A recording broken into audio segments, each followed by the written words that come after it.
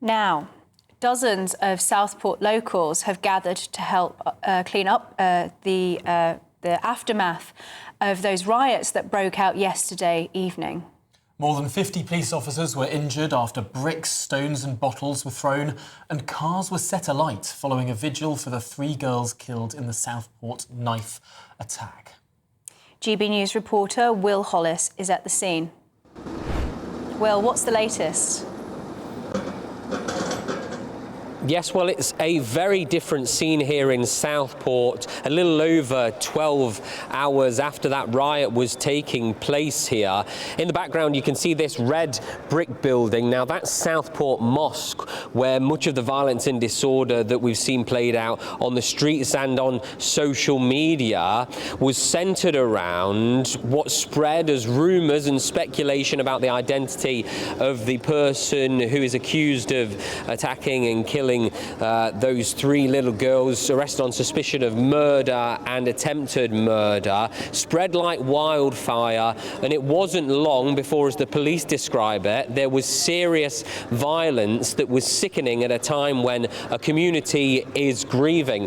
What we saw here, our GB News team on the ground, was pieces of brick being broken away from walls, fencing panels, both of which were thrown into crowds, into arms of the rows of police, many of whom were wearing riot gear, headgear and protective clothing and barrier shields as well, but many of whom had no protection whatsoever because they were just doing normal police work, monitoring the area. This is only a stone's throw away from Hart Street, where there was that attack at that Taylor Swift summer dance school. What we saw was police officers with blood on their faces. What we've heard from Merseyside police is that some of them suffered broken noses, there were fractures, and one police officer was knocked unconscious. More than 40 or so police officers had to be treated by the North West Ambulance Service, and that disorder went throughout the night. We could hear helicopters throughout the night. And what we're seeing now is the clean-up, lots of people from the community, but we've heard for the first time from the chairman of the mosque, Ibrahim Hussein, who spoke to journalists a short while ago about how the people who were trapped inside of that mosque while the riot was taking place were fearing for their lives. We kept getting messages from the day before. And they were planning it. They obviously accused the Muslim. They obviously found us guilty, and they were going to punish us for whatever happens, which is awful, by the way. Whatever happened on Monday was absolutely heartbreaking. I would like to thank the police very, very, very much indeed, and I'm very sorry for the casualty that the police took. They took a very bad beating. I would love to make it better, but it's nothing I can do about it. I suppose they're used to this kind of thing, but I would like to thank them for their support, because at one point we thought they're coming in and they're going to burn the place down.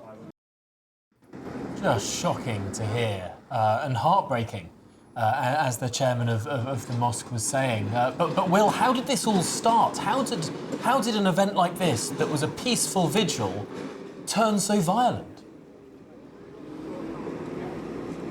Yes, well, there were a number of what we can describe as vigils or community events happening in Southport last night. Before the violence and the disorder, maybe an hour or two before, thousands of people gathered in the town hall, a square, and they were laying flowers and wreaths, and there was local church leaders as well as the mayor from both Liverpool and for Sefton, the Southport area. And that was very peaceful. That's maybe about a 5-10 minute drive away from where we were. But at the same time as that, people were gathering here outside of the mosque to protest because of speculation, most of which spread online, according to Merseyside police, about the identity of that young male. And then what erupted were those tensions. But what is very clear from the police is that they think that this was not people from Southport. They think it was people from areas outside of this region who were coming here specifically to target this mosque and specifically to cause disorder at a time when there is great tension in a community that is grieving. The police are very clear that they say that they think the people that came here were members of the English Defence League, and that is why there was such a distaste towards the mosque and the Muslims who live here in Southport. So very worrying for community tensions.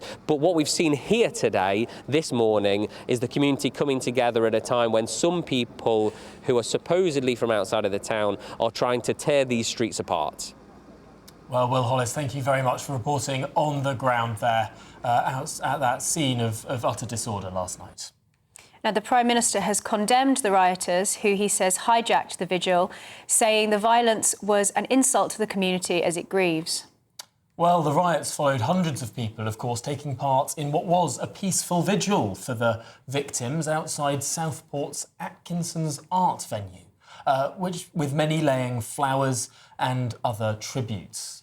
Now, GB News North West of England reporter Sophie Reaper is live for us now in Southport. Sophie, you've been talking to people there on the ground. What is the atmosphere like? Well, it's a similar story here at the scene of that attack on Monday, 48 hours ago, that it is outside the Atkinson Gallery. It's very calm. The community is coming together. Now, in the last few moments, we have actually seen some activity happening behind us. This is obviously the police cordon that has remained in place since that knife attack on Monday. I'm not sure if we'll be able to say anything, but we have seen people in forensic uniform going in and out of the police cordon in the last few moments. So clearly there is some work still going on with the police at the Hart Studio where that attack took place on Monday. Now, as you say, we've been here since yesterday talking to people on the ground as those tributes began to pour in. Now, when we spoke yesterday, there were hardly any flowers here, and now there are hundreds and hundreds of bunches. People continuing to come. You may see some people coming in the shop behind me as we speak, people bringing their children out to lay flowers, trying to explain to them the horrific attack that took place in their hometown. We spoke to one gentleman earlier who explained to us that he was actually present during the attack and he helped a 10-year-old girl who had been stabbed. We don't know what's happening with that now, but he truly is a hero for what he did. He told us that his 5-year-old daughter, actually, she said to him yesterday morning that she wanted to use her pocket money to buy flowers to put them out here. And that's just one of many stories we've heard. We spoke earlier to a couple of ladies who'd come down. They wanted to lay flowers here, even though it was 48 hours after. They wanted to come and pay their respects and show their sympathies. This is what one of them had to say. The impact the attack has had on not just me but the whole community is Southport's it's a small town, nothing happens, you know, and it's the fact that it's just a bunch of kids. They all just went to go to have a dance and three of them didn't come home. It's just heartbreaking, it's horrible. That's what it is. The impact on the community, it's going to take a very, very long time for this. It's never going to be forgotten, but it's going to take a very long time to build ourselves back up. But we're just going to come back so much stronger. That's what Southport is, and that's what Merseyside is about, yeah.